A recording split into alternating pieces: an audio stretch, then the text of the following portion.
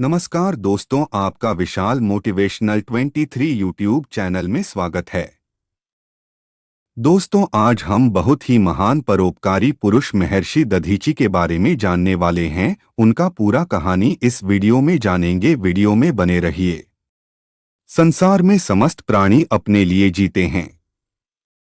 सभी अपना भला चाहते हैं, लेकिन कुछ व्यक्तित्व ऐसे भी होते हैं जो परोपकार हेतु अपने हितों का बलिदान कर देते हैं। हमारे देश में ऐसे अनेक पुरुष और नारियां हुई हैं जिन्होंने दूसरों की सहायता और भलाई के लिए स्वयं कष्ट सहे हैं। ऐसे ही महान परोपकारी पुरुषों में महर्षि दधीची का नाम आदर के साथ लिया जाता है। महर्षि दधीची ज्ञानी थे। उनकी विद्वता की प्रसिद्धि देश के कोने कोने तक फैली हुई थी। दूर दूर से विद्यार्थी उनके यहाँ विद्याध्ययन के लिए आते थे। वे सज्जन, दयालु, उदार तथा सभी से प्रेम का व्यवहार करते थे।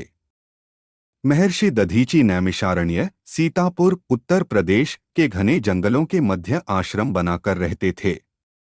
उन्हीं दिनों देवताओं और असुरों में लड़ाई छिड़ गई। देवता धर्म का राज्य बनाए रखने का प्रयास कर रहे थे, जिससे लोगों का हित होता रहे।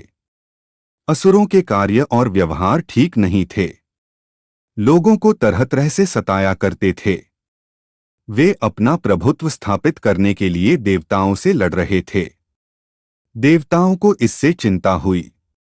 देवताओं के हार जाने का अर्थ था असुरों का राज्य स्थापित हो जाना। वे पूरी शक्ति से लड़ रहे थे। बहुत दिनों से यह लड़ाई चल रही थी।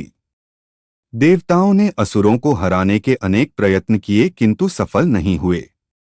हताश देवतागण अपने राजा इंद्र के पास गए और बोले, राजन, में युद्ध में सफलता के आसार नहीं दिखाई पड़ते, क्यों न इस विषय में ब्रह्मा जी से कोई उपाय पूछें। इंद्र देवताओं की सलाह मानकर ब्रह्मा जी के पास गए।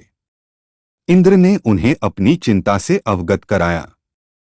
ब्रह्मा जी बोले, हे देवराज, त्याग में इतनी शक्ति होती है कि उसके बल पर किसी भी असंभव कार्य को संभव बनाया जा सकता है, लेकिन दुहक है कि इस समय आप में से कोई भी इस मार्ग पर नहीं चल रहा है। ब्रह्मा जी की बातें सुनकर देवराज इंद्र चिंतित हो गए। वे बोले, फिर क्या होगा? श्रीमन, क्या यह सृष्टि असुरों के हाथ चली जाएगी? यदि ऐसा हुआ तो बड़ा अनर्थ होगा। ब्रह्मा जी ने कहा, आप निराश न हो। असुरों पर विजय पाने का एक उपाय है। यदि आप प्रयास करें तो निश्चय ही देवताओं की जीत होगी। इंद्र ने उतावले होते हुए पूछा, श्रीमन, शीघ्र उपाय बताए, हम हर संभव प्रयास करेंगे। ब्रह्मा जी ने बताया, नैमिषारण्य वन में एक तपस्वी तप कर रहे हैं। उनका नाम दधीची है। उन्होंने तपस्या और साधना के बल पर अपने अंदर अपार शक्ति जुटा ली है। यदि उनकी अस्थियों से बने अस्त्रों का प्रयोग आप लोग युद्ध में करें तो असुर निश्चित ही परास्त होंगे।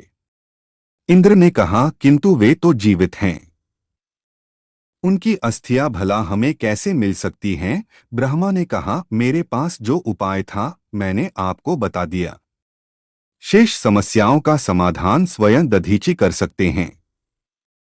महर्षि दधीची को इस युद्ध की जानकारी थी। वे चाहते थे कि युद्ध समाप्त हो। सदा शांति चाहने वाले आश्रमवासी लड़ाई झगड़े से दुखी होते हैं। उन्हें आश्चर्य भी होता था कि लोग एक दूसरे से क्यों लड़ते हैं। महर्षि दधीची को चिंता थी कि असुरों के जीतने से अत्याचार बढ़ जाएगा। देवराज इंद्र झिझकते हुए महर्षि दधीची के आश्रम पहुंचे। महर्षि उस समय ध्यानावस्था में थे। इंद्र उनके सामने हाथ जोड़कर याचक की मुद्रा में खड़े हो गए। ध्यान भंग होने पर उन्होंने इंद्र को बैठने के लिए कहा। फिर उनसे पूछा, कहिए देवराज, कैसे आना हुआ? इंद्र बोले, महर्षि क्षमा करें, मैंने आपके ध्यान में बाधा पहुंचाई है। महर्षि, आपको ज्ञात होगा, इस समय देवताओं पर असुरों ने चढ़ाई कर दी है। वे तरह तरह के अत्याचार कर रहे हैं। उनका सेनापति वृत्रासुर बहुत ही क्रूर और अत्याचारी है। उससे देवता हार रहे हैं। महर्षि ने कहा, मेरी भी चिंता का यही विषय है। आप ब्रह्मा जी से बात क्यों नहीं करते? इंद्र ने कहा, मैं उनसे बात कर चुका हूं। उन्होंने उपाय भी बताया है, किंतु किंतु किंतु क्या? देवराज, आप रुक क्यों गए? साफ साफ बताइए। मेरे प्राणों की भी जरूरत होगी तो भी मैं सहर्ष तैयार हूं। विजय देवताओं की ही होनी चाहिए। महर्षि ने जब यह कहा तो इंद्र ने कहा, हे महर्षि, ब्रह्मा जी ने बताया है कि आपकी अस्थियों से अस्त्र बनाया जाए तो वह वज्र के समान होगा।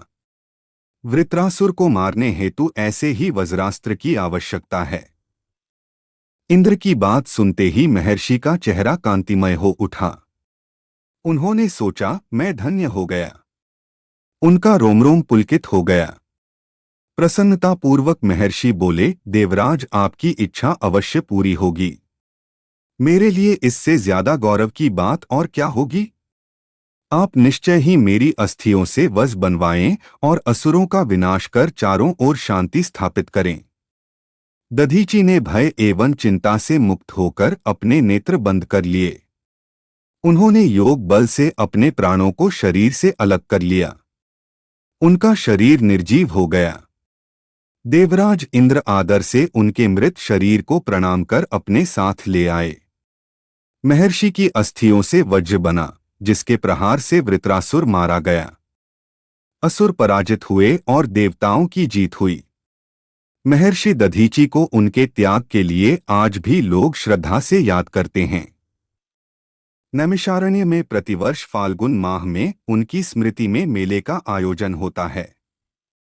यह मेला महर्षि के त्याग और मानव सेवा के भावों की याद दिलाता है। दोस्तों, अगर आपको वीडियो पसंद आया हो तो वीडियो को लाइक करें और चैनल को सब्सक्राइब करें और अपने दोस्तों में शेयर करें ताकि ऐसे महान व्यक्तित्व के बारे में हर एक लोग जान सके।